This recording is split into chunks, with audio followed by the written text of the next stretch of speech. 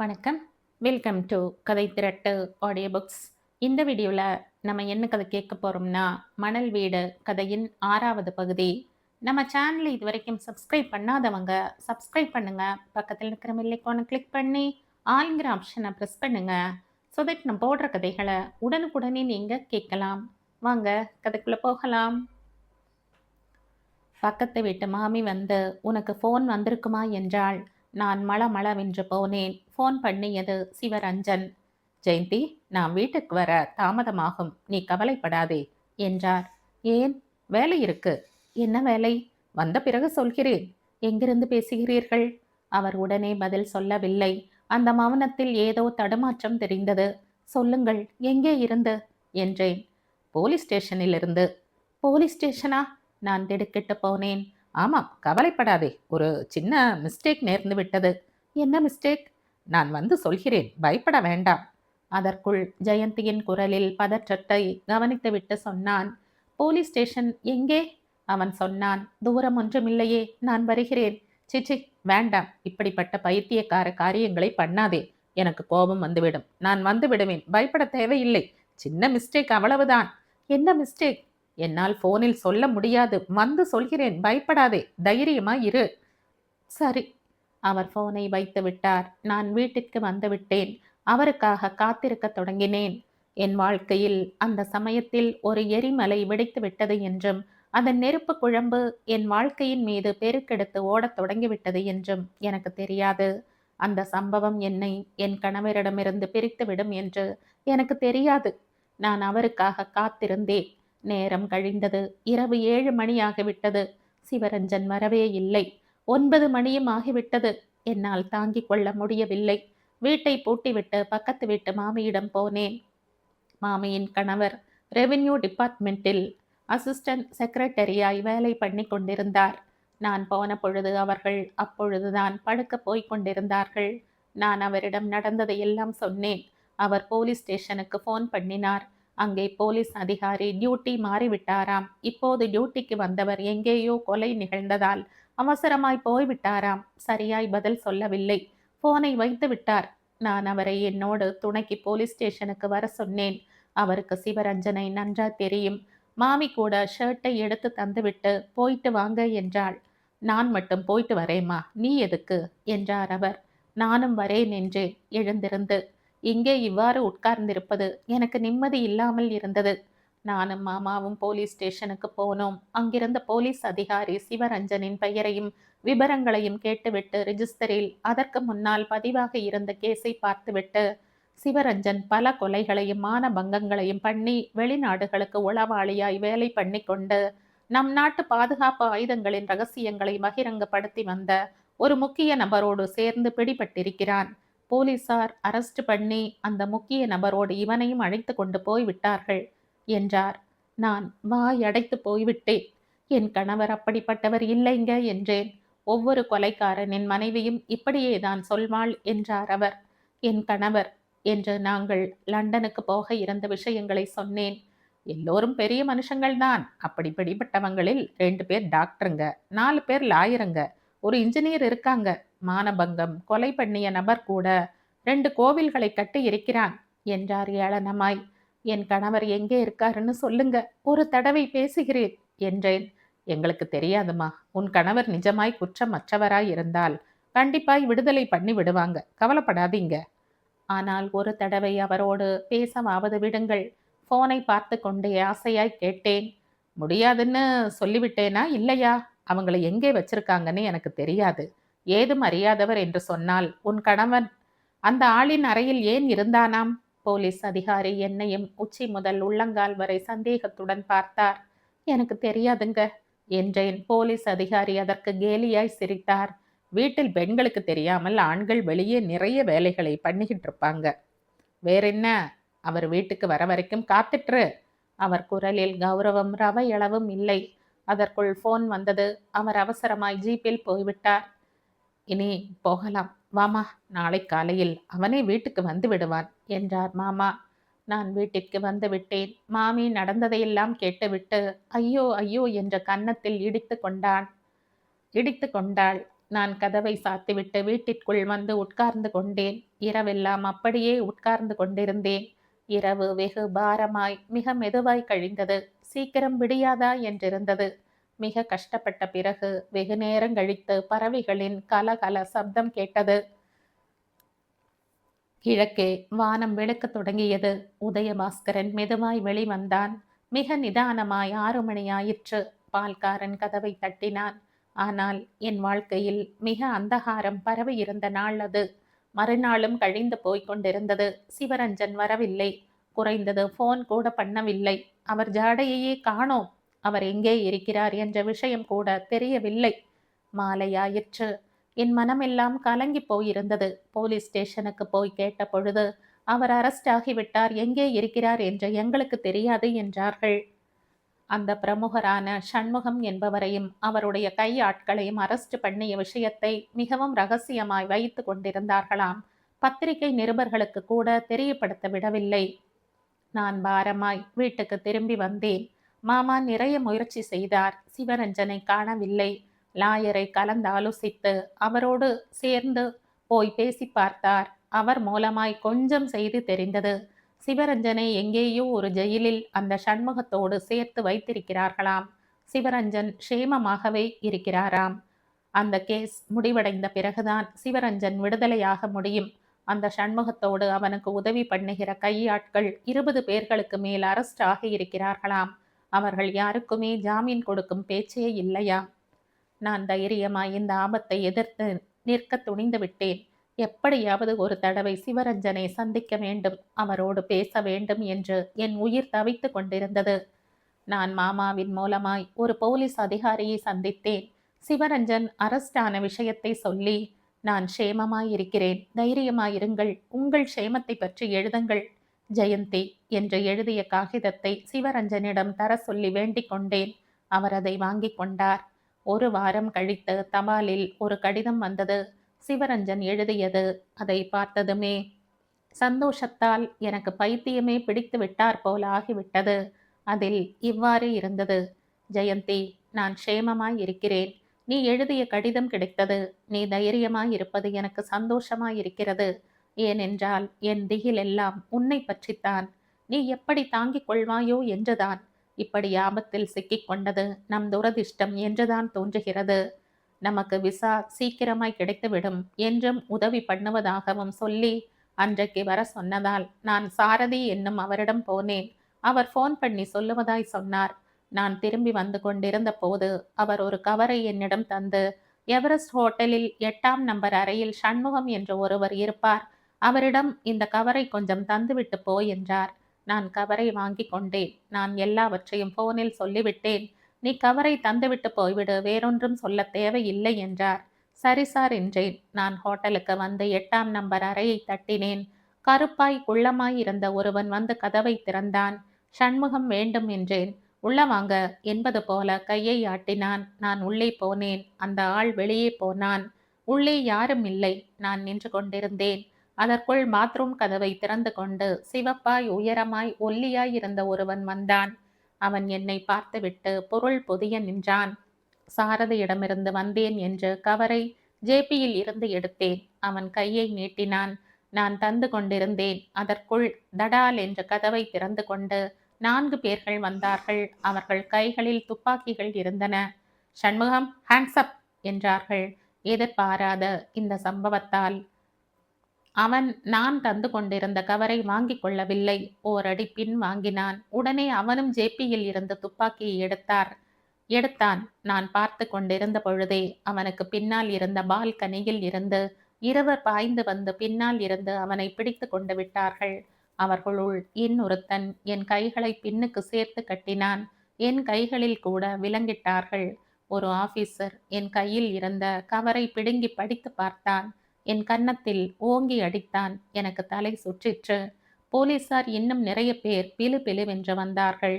இன்னும் 4-5 பேர்களை விலங்கிட்டு அழைத்து வந்தார்கள். அங்கே எங்கள் எல்லோருடைய கண்களிலும் துணியை கட்டி கீழே அழைத்து கொண்டு வந்து வேனிற்குள் ஏற்றினார்கள். அங்கிருந்து எங்கள் எல்லோரையும் போலீஸ் ஸ்டேஷனுக்கு அழைத்து வந்தார்கள். எங்கள் விவரங்களை குறித்து கொண்டார்கள். கையொப்பமிட்டோம். அங்கிருந்துதான் உனக்கு போன் பண்ணினேன். அவர்கள் ஒரு வேனுக்காக காத்து கொண்டு எங்களை அங்கே நிறுத்தி வைத்திருந்ததால் அந்த சமயத்தில் உன்னோடு போனில் பேச முடிந்தது என்னால். சண்முகத்தை எனக்கு தெரியவே தெரியாது என்று நான் சொன்ன பொழுது யாரும் நம்பவில்லை என்னை. சாரதிக்கு போன் பண்ண சொன்னேன். அவர் சொன்னால் விட்டு விடுவார்கள் என்றெண்ணினேன். ஆனால் அவர் சிவரஞ்சன் என்ற யாரையுமே எனக்கு தெரியாது, நான் யாரிடமும் கவரை தரவில்லை, எல்லாம் பொய் என்றார். நான் மனம் உடைந்து போய்விட்டேன். பொய் என்றேன். அதுதான் எங்களுக்கு இப்பொழுது ஏற்பட்டிருக்கும் தொல்லை. இதில் யார் பொய் சொல்றாங்கன்னு தெரியல எங்களுக்கு என்றார் போலீஸ் அதிகாரி. இதெல்லாம் குழப்பமாயிருந்தது. அதற்குள் வேன் வந்தது. அதற்குள் எங்களை ஏற்றுவதற்கு முன்னால் பலவந்தமாய் இன்ஜெக்ஷன் குத்தினார்கள். எனக்கு தூக்கம் வந்துவிட்டது. விழித்து கொண்டு பார்த்த பொழுது இங்கே இருந்தேன். என் கை கடிகாரத்தில் தேதியை பார்த்த பொழுது 1 நாள் ஆகியிருந்தது. நான் எந்த தப்பும் பண்ணவில்லை, குற்றமற்றவன். நான் இதிலிருந்து மீண்டும் வெளியேறி விடுவேன் என்ற நம்பிக்கை எனக்கு இருக்கிறது ஜெயந்தி. தைரியமாயிரு. மனிதனுக்கு வாழ்க்கையில் அவ்வப்பொழுது இப்படிப்பட்ட பரிசோதனைகள் எதிர்பட்டு கொண்டிருக்கும். இந்த சமயத்தில் நான் தைரியமாய் இருக்க வேண்டும். இதை தவிர என்னால் வேறென்ன பண்ண முடியும்? இந்த விசாரணை சீக்கிரமாய் முடிந்துவிட்டால் நன்றாயிருக்கும். நீ இந்த கடிதத்தை எப்படித்தான் அனுப்பினாயோ எனக்கு தெரியவில்லை. காவல்காரன் கொண்டு வந்து கொடுத்தான். இதை பார்த்ததும் எனக்கு தாங்க முடியாத சந்தோஷம் ஏற்பட்டது. ஜெயந்தி, என்னவென்று சொல்வேன்? நான் உன்னை காதலிக்கிறேன் என்று சொல்வதா? ம். அந்த வார்த்தைகள் மிக சாதாரணமாய் இருக்கின்றன. இவ்வளவு நாளாய் எண்ணிக்கொண்டிருந்தேன் எனக்கு இந்த பூகோள சரித்திரமும் நீயும் இரு கண்கள் என்று. ஆனால் இப்பொழுது தெரிகிறது நான் உயிரோடு இருப்பது உனக்காகவே தான் என்று. பார்த்தாயா, இந்த ஆபத்து ஏற்பட்டிருக்காவிட்டால் எனக்கு இந்த சத்தியமே தெரிந்திருக்காது அல்லவா? ஜன்னல் வழியாய் தென்படுகிற இந்த வானத்தை எல்லாம் ஒரு பேப்பராக்கி அதன் மீது உனக்கு கடிதம் எழுத வேண்டும் போல தோன்றுகிறது. பார்த்தாயா, என்னால் கூட ரொமான்டிக்கா யோசிக்க முடியும் போலும். இந்த சிறைவாசம் எத்தனையோ புதிய விஷயங்களை தெரியப்படுத்துகிறது. நான் தனிமையால் வருந்தவில்லை. ஏனென்றால் எனக்கு துணையாய் நீ எனக்கு அருகிலேயே இருக்கிறாய் அல்லவா? பதில் எழுது ஜெயந்தி. தைரியமாய் இருப்பதா எனக்கு வாக்கு கொடு. உன் சிவரஞ்சன். நான் அந்த கடிதத்தை படித்துவிட்டு அழுது தீர்த்து விட்டேன். அன்றிரவெல்லாம் உட்கார்ந்து விரிவான கடிதம் ஒன்றை எழுதினேன். மறுநாள் முதல் தடவை நான் கடிதம் எழுதி அனுப்பிய போலீஸ் அதிகாரியிடம் போய் அதை தந்தேன். அவர் அதை பார்த்துவிட்டு, இது என்னம்மா என்றார். என் கணவருக்கு கடிதம் சார் என்றேன். இவ்வளவு பெரியதையெல்லாம் என்னால் அனுப்ப முடியாதம்மா. ஏதோ அப்பொழுது க்ஷேமத்தை தெரியப்படுத்துவதற்கு ஒரு வரி என்று சொன்னதால் சரி என்றேன் என்றார். நான் அரும்பாடுபட்டு சுருக்கி ஒரு பக்கத்திற்குள் எழுதி தந்தேன். என் துரதிர்ஷ்டம், அடுத்த வாரத்திலேயே அவர் டிரான்ஸ்ஃபர் ஆகி எனக்கு அந்த ஆதாரம் கூட போய்விட்டது. சிவரஞ்சனிடமிருந்து அதற்கு பிறகு ஒரு கடிதமும் இல்லை. நான் ஒரு லாயரை தஞ்சமடைந்தேன். அவர் முயற்சி பண்ணிவிட்டு, உன் கணவர் ஒரு பயங்கரமான ஆளுடன் சிக்கிக் கொண்டிருக்கிறார். அந்த சண்முகத்தின் மீது தேச துரோகம் கேஸ் மட்டுமில்லை, கொலை மானபங்க கேஸ்கள் கூட இருக்கின்றன. அந்த கவரை தந்து பிடிபட்டதால் சிவரஞ்சனை அவர்களால் நம்ப முடியவில்லை. அந்த கவரில் நாம் யுத்தத்தில் பயன்படுத்தும் ஆயுதங்களை பற்றிய விபரம் இருந்தது என்றார். நான் தளர்ந்து போய்விட்டேன். நான் ஒரு தடவை அவரை பார்க்க வழி பண்ணி தாருங்கள் என்று லாயரிடம் வேண்டிக் கொண்டேன். நான் முயற்சி பண்றேம்மா, அதற்கு கொஞ்சம் பணம் செலவாகும் என்றார் அவர். நான் அவர் கேட்ட பணத்தை தந்தேன். 3 மாதங்கள் கழிந்து விட்டன. நான் சிவரஞ்சனை பார்க்க இதோ அதோ என்று ஆசைப்பட்டு கொண்டிருந்தேனே ஒழிய பார்க்கவே முடியவில்லை. லாயர் அவரை ஒரு இடத்தில் வைத்திருக்கவில்லை. அந்த சண்முகம் கும்பலோடு மத்திய பிரதேசம், ஹரியானா, குஜராத் முதலிய அவர்கள் குற்றம் பண்ணிய இடங்களுக்கெல்லாம் இழுத்து கொண்டு போகிறார்கள். இப்படி பிடிப்பட்டவங்களை தவிர அவங்க கும்பலில் இன்னும் நிறைய பேர் கூட இருக்காங்களாம். அவர்களில் யாரை பற்றியாவது நாம 1ற்கு 2 தடவையாய் கேட்டுவிட்டால் போதும், நம்மை சந்தேகப்படுகிறார்கள் என்றார். லாயரின் புண்ணியத்தில் எங்களுக்கிடையே கடித போக்குவரத்து மட்டும் நடந்து கொண்டிருந்தது. அது ஒன்றுதான் எங்கள் இருவருக்கும் ஆதாரம். ஒரு முறை சிவரஞ்சன் தன் விஷயம் இப்போதைக்கு முடியாது என்றும் தன்னை பற்றி பயப்பட வேண்டாம் என்றும் சென்னையில் இருக்கும் உன் தாய் வீட்டுக்கு போய் இருந்து கொள் என்றும் கடிதம் எழுதினார். என்னிடம் கையில் பணம் கூட இல்லை. அந்த ஊரில் எனக்கு உதவி பண்ணுகிறவர்கள் கூட இல்லை. அதனால் வேறு வழியில்லாமல் நான் வீட்டை காலி பண்ணிவிட்டு அம்மாவின் வீட்டிற்கு சென்னைக்கு வந்துவிட்டேன். எனக்கு மாதம் தவறிற்று. நான் தாயாக போகிறேன் என்ற செய்தி எனக்கு சந்தோஷத்தை காட்டிலும் துக்கத்தை தான் தந்தது. 3 மாதங்களுக்கு பிறகு அரும்பாடுபட்டு என்னால் சிவரஞ்சனை சந்திக்க முடிந்தது. அவர் சென்னை சிறையில் இருந்தார். நான் அவரை சந்தித்தேன். அவர் உற்சாகத்துடன் தான் இருந்தார். இதெல்லாம் ஒரு தீய கனவு என்றார். சீக்கிரத்திலேயே விடுதலையாகி விடுவேன் என்றார். விசாரணை நடந்து கொண்டிருந்தது. 1 மாதம் கழித்து விசாரணை முடிவடைந்தது. சண்முகத்திற்கு மரண தண்டனை விதித்திருந்தார்கள். அவனுடைய கை ஆட்களுக்கு ஆயுள் தண்டனை விதித்தார்கள். அந்த பெயர்களில் சிவரஞ்சனின் பெயரும் இருந்தது. இந்த தீர்ப்பை கேட்டதுமே நான் தளர்ந்து போய்விட்டேன். சிவரஞ்சனை எஞ்சியவர்கள் உடன் சேர்ந்து பூனா சிறைச்சாலையில் வைத்தார்கள். நான் பூனாவுக்கு போனேன். இந்த முறை சிவரஞ்சன் ஒரே அடியாய் நொடிந்து போய்விட்டிருந்தார். நாம துரதிர்ஷ்டசாலிகள் என்றார். நான் லாயரை வைக்கிறேன், சுப்ரீம் கோர்ட்டுக்கு அப்ளை பண்ணலாம் என்றேன். அவ்வளவு பணம் ஏது நம்மிடம்? அது ஒரு புலி. இதில் ஆழமாய் புதைந்து போய்விட்டேன் நான். எனக்கு விமோச்சனம் இல்லைன்னு தோன்றுகிறது என்றார். நான் கேட்க கூடாதவர்களை எல்லாம் கூட கை நீட்டி யாசித்தேன். யாருமே எனக்கு உதவி பண்ணவில்லை. என்னால் அவரை காப்பாற்ற முடியவில்லை. இந்த வருத்தமே என்னை பிடுங்கி தின்று கொண்டிருந்தது. நான் எப்பொழுது பார்த்தாலும் ஓவியத்தை பார்த்து கொண்டு கட்டிலில் படுத்து கிடந்தேன். அம்மா என்னை கண்டிப்பாள். நிறை மாத பிள்ளை தாச்சி. இப்படி இருந்தால் பிரசவம் எவ்வளவு கஷ்டமாகிவிடும் தெரியுமா? இன்னும் ஆபரேஷன் அது இது என்று ஏதாவது ஆகிவிட்டால் எவ்வளவு பண செலவு ஆகும் என்று யோசித்துப்பார். எங்களிடமோ சல்லி காசு இல்லை. ஏற்கனவே உன் அண்ணி கண்டபடி திட்டிக் கொண்டிருக்கிறாள் என்றாள். நான் எழுந்து நடமாடத் தொடங்கினேன். எனக்கு பிரசவம் ஆயிற்று. தீரஜ் பிறந்தான். நான் இந்த விஷயத்தை சிவரஞ்சனுக்கு எழுதினேன். அவரிடமிருந்து உடனே பதில் வரவில்லை. வெகு நாட்களுக்கு பிறகு கடிதம் வந்தது. அதில் தன் நிலைமை நன்றாய் இல்லை என்றும் உடனே பதில் எழுத முடியாததற்கு ஒன்றும் நினைத்து கொள்ள வேண்டாம் என்றும் தன்னை தப்பு சொல்ல வேண்டாம் என்றும் எழுதினார். அந்த கடிதத்தை படித்ததும் என் கண்களில் இருந்து பொலவென்று கண்ணீர் வழிந்தது. அந்த கடிதத்தின் மூலம் அவர் பட்டு கொண்டிருந்த தனிமை துன்பம் நன்றாய் புரிந்தது. அந்த நிலைமையில் இருக்கும் ஒரு மனிதனால் மகன் பிறந்த சந்தோஷத்தை எப்படி வெளிக்காட்ட முடியும்? அவருக்கு இப்பொழுது வேண்டியது அபரிமிதமான மனோபலம். அதை அவருக்கு நான் தான் வழங்க வேண்டும். என் வருத்தம், என் கண்ணீர், என் கஷ்டம் எல்லாம் அதற்கப்பாற்பட்ட விஷயங்கள்.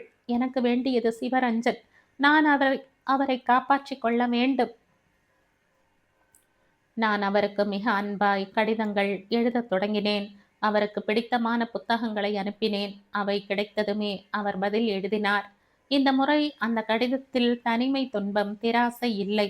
இன்னும் அவருக்கு வேண்டிய புத்தகங்களை பற்றி எழுதினார். நான் அவற்றிற்காக வேட்டையாடத் தொடங்கினேன். அவருடைய சில கடிதங்களை படிக்கும் பொழுது என் இதயமே வெடித்துவிடும். ஜெயந்தி, எவ்வளவு நாட்களுக்கு எனக்கு இந்த நரகம்? என் படிப்பு, என் வெளிநாட்டு பிரயாணம் இதெல்லாம் என்னவாகிவிட்டது? இந்த ஜெயிலில் இருந்து எனக்கு விடுதலையே இல்லையா? என்ன தப்பு பண்ணினேன் என்று எனக்கு இந்த தண்டனை?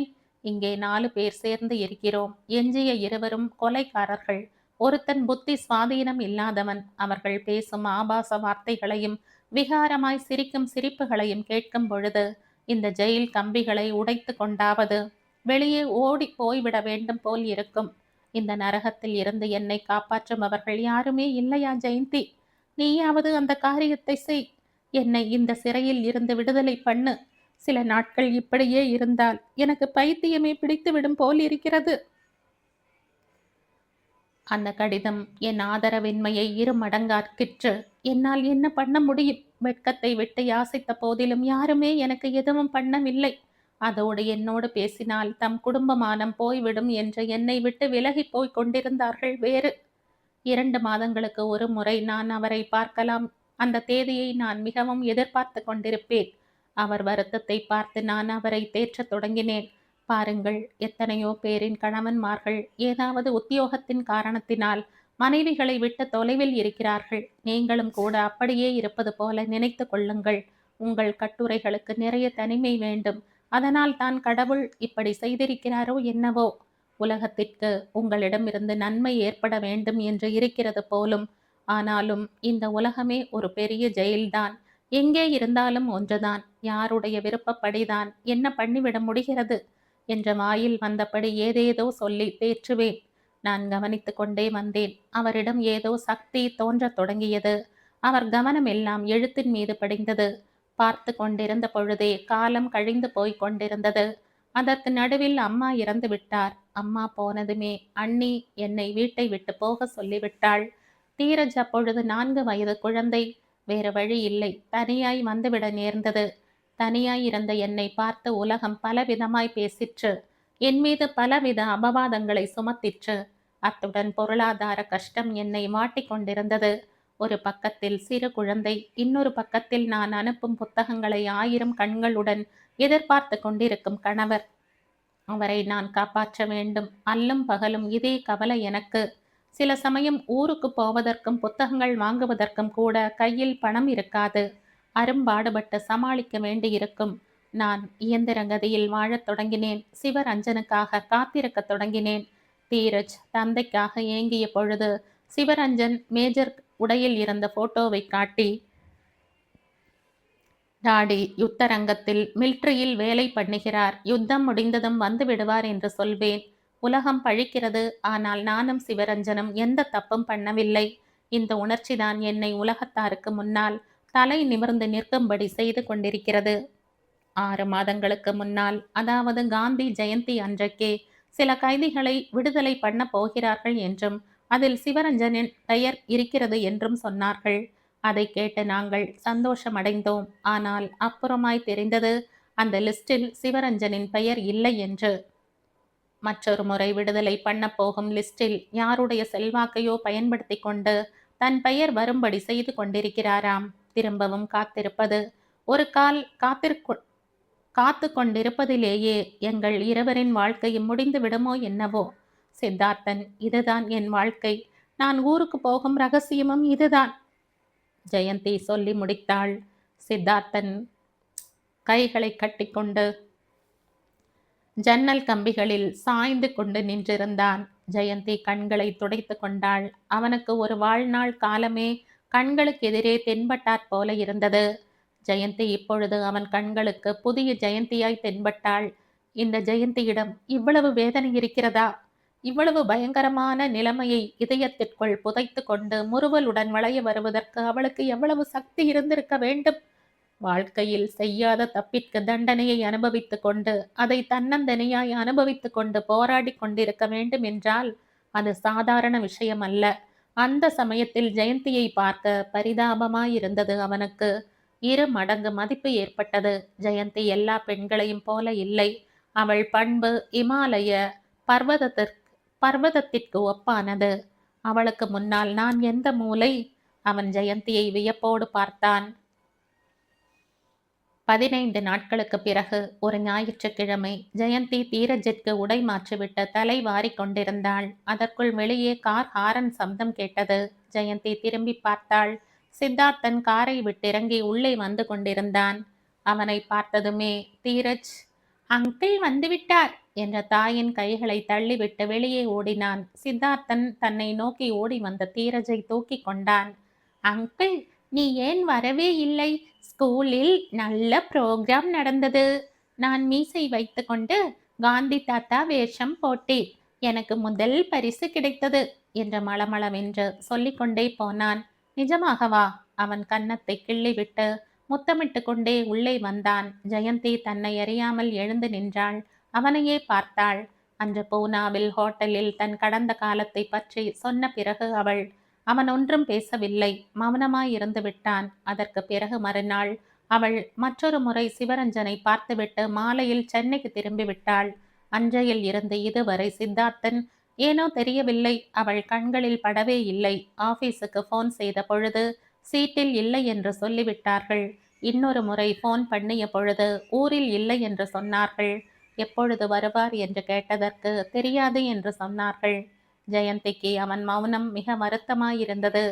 அவள் சில சமயம் தீரஜை மடியில் போட்டுக்கொண்டு கடை கணக்கை பார்த்து கொண்டிருக்கும் பொழுது நடுவில் நிறுத்தி கொண்டு அப்படியே யோசனையில் ஆழ்ந்து விடுவாள். சித்தார்த்தனை அவள் எந்த விதத்தில் வருத்தப்படுத்திவிட்டாள்? ஏன் இவ்வாறு மௌனமாய் விலகி போய்விட்டான்? அவளுக்கு கணவன் இருந்தது அவனுக்கு வருத்தத்தை உண்டாக்கிவிட்டதா? சீச்சி, அப்படிப்பட்ட சுயநலமான யோசனை கொண்டவன் அல்லவே அவன். இதில் எந்த விதமான சுயநல நோக்கமும் இல்லை என்பது அவளுடைய ஆழ்ந்த நம்பிக்கை. அவன் செய்த ஒவ்வொரு காரியமும் சிறு வயது தோழி என்ற எண்ணத்தில்தான்.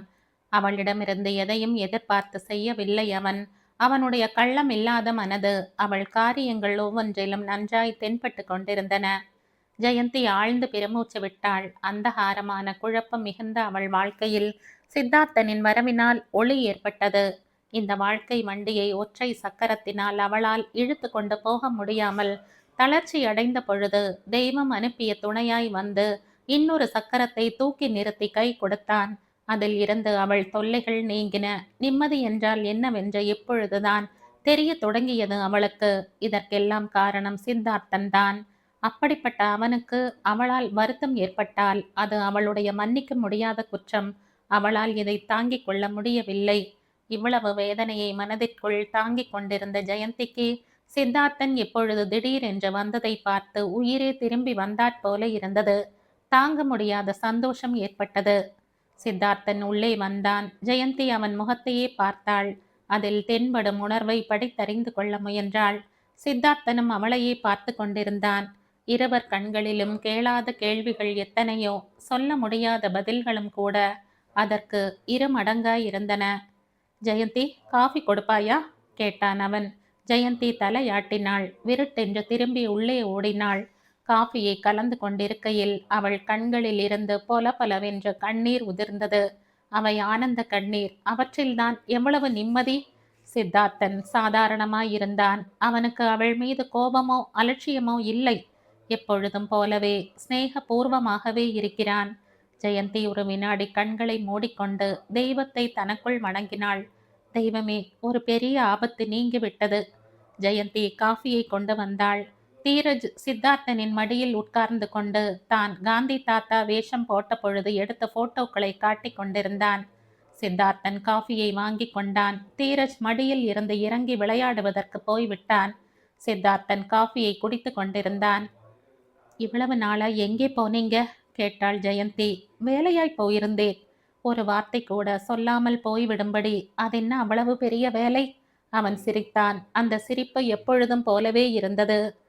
அவன் காஃபி டம்ளரை கீழே வைத்துவிட்டு எழுந்திருந்து, ஜெயந்தி, நான் மறுபடியும் இன்று மாலை ஊருக்கு போகிறேன். 4 நாட்களுக்கு பிறகு திரும்பி வருவேன். எந்த ஊருக்கு? சொல்லித்தான் ஆகணுமா? ஜெயந்தி தலை குனிந்தாள். அவன் முறுவலுடன் பார்த்து கொண்டிருந்தான். நான் உன்னை போன்ற அதிர்ஷ்டக்காரன் இல்லை ஜெயந்தி. என் வரவிற்காக வழிமேல் விழி வைத்து கொண்டு காத்திருக்கக்கூடிய நபர் எங்கேயும் இல்லை எனக்கு. சித்தார்த்தன், என் மேல் கோபம் வந்து விட்டதா? கேட்க முடியாமல் கேட்டாள். கோபமா? உன்மேலா? எதற்கு? அவன் ஆச்சரியமடைந்தவனாய் கேட்டான். நான் உங்களை எந்த விஷயத்திலோ வருத்தப்படுத்தி விட்டேன். அது என்னவென்று சரியாய் தெரியவில்லை. ஆனால் உங்களுக்கு வருத்தத்தை உண்டாக்கி விட்டேன் என்று மட்டும் தெரிகிறது. அவன் ஜன்னல் அண்டை போய் வெளியே பார்த்தபடி நின்றான். இருவருக்கும் இடையே மௌனம் ஏற்பட்டது. சித்தார்த்தன், என்னை மன்னித்து விடுங்கள். எதற்கு ஜெயந்தி? உங்களை வருத்தப்படுத்தியதற்கு. நீ என்னை எந்த விதமாகவும் வருத்தப்படுத்தி விடவில்லை. வருத்தம் ஏதாவது ஏற்பட்டிருந்தால் அதற்கு காரணம் நானேதான். அவன் கையை மார்பின் மீது வைத்து கொண்டான்.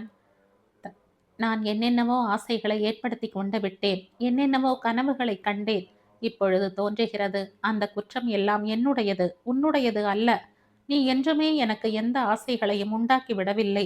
நீ நிர்மலமாய் நேர்மையாய் இருக்கிறாய். நிர்மலமும் நேர்மையும் என்னிடம்தான் இல்லை என்று நினைக்கிறேன். சித்தார்த்தன், என்னவாகிவிட்டது உங்களுக்கு? சொல்ல மாட்டீர்களா? நீங்கள் இப்படி பேசினால் எனக்கு பயமாய் இருக்கிறது என்றாள் ஜெயந்தி தொண்டை அடைக்க. அவன் திரும்பி பார்க்கவில்லை. தனக்குள் சொல்லிக் கொள்வது போல சொன்னான். ஜெயந்தி, நீ என் வாழ்க்கையில் நுழைந்த பிறகு எனக்கு 100 ஆண்டுகள் வாழ வேண்டும் என்ற வாழ்க்கையின் மீது ஆசை ஏற்பட்டு விட்டது. நான் வாழ்க்கையில் இதுவரை எந்த விதமான சுகத்தையும் பெறவில்லை. அதை பூர்ண கும்பத்தோடு வைத்து கொண்டு நீ என் வாழ்க்கையின் வாசலில் வந்து நின்றாற் போல தோன்றியது. உன்னை என் வாழ்க்கைக்குள் வரவேற்க வேண்டும் என்றும் நம் இருவர் வாழ்க்கையையும் ஒன்று சேர்த்து கொள்ள வேண்டும் என்றும் நினைத்தேன். அதான் சொன்னேனே, இது என் யோசனை மட்டுமே என்று. உனக்கு கல்யாணம் ஆகவில்லை என்றும், யாரோ மோசம் பண்ணி விட்டார்கள் என்றும், உன் கணவர் இறந்து விட்டார் என்றும், தீரஜ் உன் மகனே இல்லை, சிநேகிதியின் மகன் என்றும் இவ்வாறு தலைக்கு தலை பேசி கொண்டார்கள் எல்லோரும். எது எப்படி இருந்தாலும் பரவாயில்லை, என் இதயத்திற்குள் பொத்திக் கொள்ள முடியும் என்னால் என்று நினைத்தேன். என் கண் முன்னாடி அழகான கனவுகள் தோன்றின. என் ஆசையை உன்னிடம் நேரிடையாய் சொல்லிவிடலாமா அல்லது கடிதம் மூலம் தெரியப்படுத்தலாமா என்று எண்ணிக்கொண்டிருந்தேன். அதற்குள் இந்த விபத்து ஏற்பட்டு விட்டது. பூனாவில் உன்னை எதிர்பாராமல் பார்த்ததும் உன் வாயில் இருந்து சிவரஞ்சனின் விஷயத்தை கேட்டதும் என் மூளையை குழம்பும்படியாய் செய்து விட்டன. உன் மனமெல்லாம் வேறொரு நபர் நிறைந்திருக்கிறார். நீ அவர் வரவிற்காக வழிமேல் விழி வைத்து காத்திருக்கிறாய். அவருக்கும் உன் மீது உயிர். ஒரே வார்த்தையில் சொல்ல வேண்டுமென்றால் நீங்கள் இருவரும் வேறு வேறு அல்ல, ஒரே நபர். அவ்வளவு பலமான பந்தம் உங்களுடையது. நான் வெறும் சிநேகிதன் மட்டுமே. ஓ காட், என்னையே நான் கொன்றுவிட வேண்டும் போல ஏமாற்றம் ஏற்பட்டது. ஆனால் ஜெயந்தி, மிக வினோதமாய் என் மனது என்னோடு யுத்தம் புரிந்தது. என்னை கண்டபடி திட்டி தீர்த்தது. உன் பக்கமாய் சார்ந்து கொண்டு என்னை நன்றாய் சாடிவிட்டது. இதெல்லாம் உன் தப்பு என்றது. ஒரு தடவையாவது ஜெயந்தி தன் பேச்சாலோ நடவடிக்கையாலோ உன் ஆசைகளை தூண்டி விட்டிருக்கிறாளா என்றது. இல்லை என்றேன். மெல்ல மெல்ல என் கண்கள் திறந்து கொண்டன. என் கண் முன்னால் நான் ஏற்படுத்தி கொண்டிருந்த பிரமைகள் நீங்கி போயின. உன் கடந்த காலத்தை அலசி பார்த்து கொண்டேன். நீ மிக உன்னதமான மனுஷியாய் தோன்றினாய். பெண்ணிடம் ஒரு ஆண் எதை எதிர்பார்க்கிறானோ அந்த குணங்கள் எல்லாம் உன்னிடம் இருந்தன. கணவன் மீது அன்பும் தாம்பத்தியத்தின் பால், கடமை என்ற விரதமும் உன் போராட்டமும் என்னை அசர வைத்து விட்டன. உன்னை போன்றவர்கள்தான் பரிபூரணமான குண நலன்களை கொண்ட பெண்கள். அப்படிப்பட்டவர்களோடு வாழ்க்கையை பிணைத்து கொண்டிருப்பவர்கள் அதிர்ஷ்டசாலிகள். ஜெயந்தி, அப்படிப்பட்ட உனக்கு உண்மை சிநேகிதனாய் நான் இருக்க வேண்டும். அப்பொழுதுதான் உண்மையான சிநேகிதன் என்று சொல்லிக் கொள்ளக்கூடிய அருகதை எனக்கு கிடைக்கும். ஜெயந்தி, நான் தான் உன்னிடம் மன்னிப்பு கேட்க வேண்டும். ஜெயந்தி ஓடி வந்து அவன் கையை பிடித்து கொண்டாள். அதில் முகத்தை பொத்திக் கொண்டு அழுது தீர்த்து விட்டாள். சித்தார்த்தன், நான் எவ்வளவு அதிர்ஷ்டசாலி என்றாள். அவன் ஜெயந்தியின் தலை மீது கை வைத்தான். நீ இன்னும் அதிர்ஷ்டசாலி ஆகணும் ஜெயந்தி என்றான். ஜெயந்தியின் வாழ்க்கை சீரான முறையில் கழிந்து போய் கொண்டிருந்தது. கடையின் விற்பனை நாளுக்கு நாள் அதிகரித்து கொண்டே போயிற்று. ஜெயந்தி தன் பெயரில் பேங்கில் போட்டு வந்த பணத்தை இது சிவரஞ்சனுக்காக, அவர் திரும்பி வந்தால் அவருடைய புத்தகங்களின் செலவிற்காக, அவர் ஆராய்ச்சி பண்ணும் சாமான்களுக்காக என்றெண்ணிக்கொள்வாள். அன்று ஜெயந்தி அப்பொழுதுதான் கடையில் இருந்து திரும்பி வந்திருந்தாள். குளித்துவிட்டு வந்து தலைவாரி கொண்டிருந்தாள். தீரஜை, பொன்னையன், ரவி முதலியவர்கள் விளையாடி கொண்டிருந்த கிரிக்கெட் மேட்சை பார்ப்பதற்காக அழைத்து சென்று விட்டான். ரங்கம்மாள் சமையலறையில் காரியம் பண்ணி கொண்டிருந்தாள். அதற்குள் காலிங் பெல் அடித்த சப்தம் கேட்டது. ரங்கம்மா போய் கதவை திறந்தாள். யார் நீங்க? ரங்கம்மா கேட்டது காதில் விழுந்து கொண்டுதான் இருந்தது ஜெயந்திக்கு. வெளியே இருந்தவன் என்ன சொன்னானோ தெரியாது. ரங்கம்மா கோபமாய், யாரையா நீ? ஜெயந்தி இல்லையாவா? என்ன சொன்னாய்? மட்டு மரியாதை இல்லையா? அவ்வப்பொழுது யாராவது யாசகத்திற்காக வந்து இவ்வாறு தொல்லை கொடுப்பது சகஜம்தான். ரங்கம்மா அவர்களை திட்டி அனுப்புவாள். போயிட்டு வாயா போ, எங்க அம்மா வீட்டில் இல்லை போ. ரங்கம்மா தடால் என்ற கதவை சாத்திவிட்டு திரும்பி வந்தவள். எவனோ ரோடோடு போகிறவன் ஏதோ சாக்கு சொல்லி கொண்டு பெரிய காரியம் இருப்பது போல வருவது. பகலில் இப்படி வந்து பார்த்துவிட்டு ராத்திரி வேளையில் திருட வந்து விடுவாங்க. யார் ரங்கம்மா?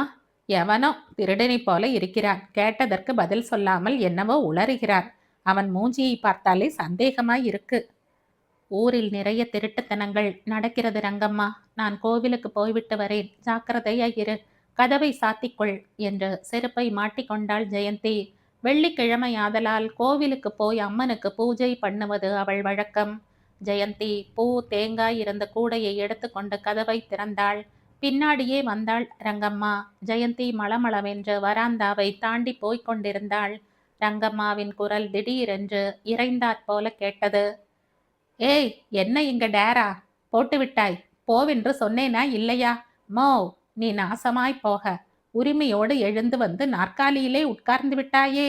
எழுந்திரு எழுந்திரு, காலை உடை தெரிவேன். ரங்கம்மா கோபமாய் அந்த நாற்காலியில் உட்கார்ந்து கொண்ட ஆளை பார்த்து கையை ஓங்கிக் கொண்டே போனாள். ரங்கம்மாவின் முதுகு மறைத்து கொண்டிருந்ததால் ஜெயந்தி அந்த ஆளை சரியாய் பார்க்க முடியவில்லை. எழுந்திரு, ரங்கம்மா கத்தினாள். அந்த ஆள் எழுந்திருக்கவில்லை. அவன் தோள்கள் வளைந்து போய் குறுகி போன ஆளை போல இருந்தான். தாடி மண்டி இருந்தது. தலை நரைத்து போயிருந்தது. உடைகள் மர பொம்மைக்கு உடுத்தி இருந்தாற் போல லூசாய் தொங்கிக் கொண்டிருந்தன. ரங்கம்மா அம்மா என்றபடி திரும்பி பார்த்தாள். அதற்குள் ஜெயந்தி வேகமாய் அங்கே வந்தாள். ரங்கம்மாவின் தோளை பிடித்து அப்பால் தள்ளிவிட்டு அந்த ஆளிடம் போனாள். அவனை பிடித்து கொண்டு, சிவரஞ்சன், சிவரஞ்சன், இது என்ன? எப்பொழுது வந்தீங்க? நீங்கள் தானா வந்திருப்பது? இது இது கனவா, நினைவா? நிஜமாகவே வந்து விட்டீங்களா? சிறு பெண்ணைப் போல சந்தோஷம், துக்கம், வியப்பு எல்லாம் போட்டியிட சரையில் என்று ஓடி வந்து அவனை கட்டி கொண்டு விட்டாள். ஜெயந்தி, என்னை விடுதலை பண்ணி விட்டார்கள். நிஜமாகவா? என்னிடம் சொல்லவே இல்லை. டெலிகிராம் தந்திருந்தால் நானே வந்து உங்களை அழைத்து கொண்டு வந்திருப்பேனே. சொல்லாமல் வந்து உன்னை ஆச்சரியப்படுத்தணும் என்று நினைத்தேன். நீ எவ்வளவு சந்தோஷப்படுகிறாய் பார்க்கலாம் என்று எண்ணினேன். இளைத்து துரும்பாக இருந்த அவன் முகத்தில் சிரிப்பு தென்பட்டது. கடவுளே, இது நிஜமா? நான் கனவு காணவில்லையே. எனக்கும் அப்படித்தான் தோணுகிறது. என்னாலும் நம்ப முடியவில்லை. அவ்விருவரும் சுற்று சூழ்நிலையையே மறந்து போனவர்களாய் பேசிக் கொண்டிருந்தார்கள். ரங்கம்மா வினோதமாய் வாயை திறந்து கொண்டு கண்கள் அகல விரிய அவ்விருவரையும் பார்த்து கொண்டிருந்தாள். அதற்குள் பொன்னையனும் தீரஜும் வந்தார்கள். தீரஜ், மம்மி என்று ஓட்டமாய் ஓடி வந்தான். ஜெயந்தி திரும்பினாள். தீரஜை காட்டி, நம்ம தீரஜ் என்றாள். நிஜமாகவா? அவன் சந்தோஷத்தால் திணறினாற் போல தோன்றினான். தீரஜ் தாயிடம் ஓடி வந்து அங்கே தாடியுடனும் நரைத்த தலையுடனும் பிச்சைக்காரனைப் போல தோற்றமளித்த அந்த ஆளை பார்த்தான். ஓர் அடி பின் வாங்கினான். ஜெயந்தி மகன் கையை பிடித்து கிட்டே இழுத்து கொண்டு அந்த ஆளை சுட்டி காட்டி, தீரஜ், டாடி டாடி வந்திருக்கிறார் பார் என்றாள் சந்தோஷத்தோடு. சிவரஞ்சன் அபூர்வமான பொருளை பார்த்தாற்போல தீரஜை பார்த்தான். தீரஜை நோக்கி கைகளை நீட்டினான். ஆனால் தீரஜ் அவனிடம் போகவில்லை.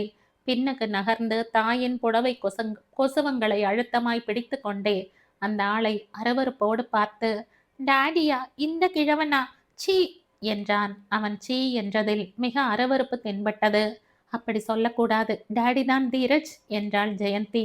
சீ, இவன் ஒன்றும் எங்க டாடி இல்லை, எல்லாம் போய் என்றான். சிவரஞ்சனின் முகம் வெலவலத்து போயிற்று. அவன் கைகள் கீழே தாழ்ந்து போயின. ஜெயந்தி சிவரஞ்சனை பார்த்து, புதுசு இல்லையா?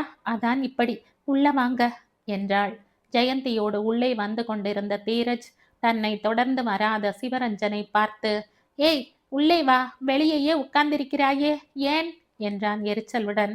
அப்படி சொல்லக்கூடாதுன்னு சொன்னேனா இல்லையா என்றாள் இறைந்து. தீரஜ் ரங்கம்மாவுடன் உள்ளே போய்விட்டான். சிவரஞ்சன் ஜெயந்தியை தொடர்ந்து உள்ளே வந்தான். அதற்குள் வாசலில் கார் வந்து நின்ற சப்தம் கேட்டது. சித்தார்த்தன் உள்ளே வந்தான். ஜெயந்தி அவனை நோக்கி ஓடி வந்தாள். சித்தார்த்தன், யார் வந்திருக்காங்கன்னு பாருங்க என்ற கையை பிடித்து இழுத்து கொண்டு வந்தாள். யார் வந்திருக்காங்க? மாதவி அண்ணியா என்று கேட்டுக்கொண்டே உள்ளே வந்த சித்தார்த்தன் தாடிக்கார் ஆசாமியை பார்த்து அப்படியே நின்றுவிட்டான். ஜெயந்தி சொன்னாள், சிவரஞ்சன், இவர் சித்தார்த்தன். இவர் உதவி மட்டும் இல்லாமல் இருந்தால் நான் இன்றைக்கு இப்படி இருந்திருக்கவே மாட்டேன் என்றாள். Glad to meet you. Siddharthan சிநேகபூர்வமாய் கையை நீட்டினான். சிவரஞ்சன் கை குலுக்கினான். அதற்குள் போன் மணி அடித்தது. 1 minute என்று சித்தார்த்தன் சிவரஞ்சனின் கையை விட்டுவிட்டு போய் போனை எடுத்தான். Hello, yes yes, we can supply, just a minute please என்று அவன் திரும்பி, ஜெயந்தி ஜெயந்தி என்று கூப்பிட்டான். சமையலறையில் காஃபி கலந்து கொண்டிருந்த ஜெயந்தி ஓடி வந்தாள். என்ன, நம்ம மார்ச் 30க்குள் 400 காமாட்சி புடவைகளை சப்ளை பண்ண முடியுமா? மார்ச் 30க்குள்ளா? ஓ என்றாள். அவன் போனில் பேசினான். சித்தார்த்தன் ஜெயந்தியை நோக்கி திரும்பி விலை விஷயமாய் முடிவு பண்ணினான். அவன் போனில் விலையை சொன்னான். ஜெயந்தி சிவரஞ்சனிடம், உங்களுக்கு நல்ல காஃபி கொண்டு வரேன் என்று உள்ளே ஓடினாள். எனக்கு கொடுக்க மாட்டாயா என்றான் சித்தார்த்தன். ஏன் கொடுக்க மாட்டேன் என்றாள் சிரித்து கொண்டே.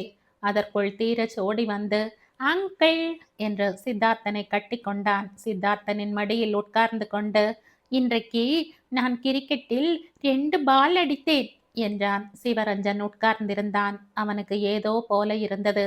ஜெயந்தி சித்தார்த்தனுடன் அவ்வளவு சிரித்து சிரித்து பேசியதும், தீரஜ் சித்தார்த்தனுடன் ஒட்டிக்கொண்டு அவனை சுற்றி சுற்றி வந்ததும் மனதுக்கு பிடிக்காத விஷயங்களாயிருந்தன.